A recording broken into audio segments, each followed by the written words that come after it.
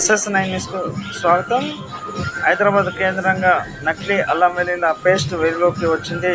హైదరాబాద్ కేంద్రంగా కొంతమంది కేటుగాళ్ళు ఎలాగైనా డబ్బు సంపాదించాలనే ఆలోచనలతో నకిలీ రసాయన పదార్థాలతో అల్లం వెల్లుల్లి పేస్ట్ తయారీ కేంద్రంపై మల్కాజిగిరి ఎస్ఓటి అధికారులు, పోలీసులు దాడి చేసినారు.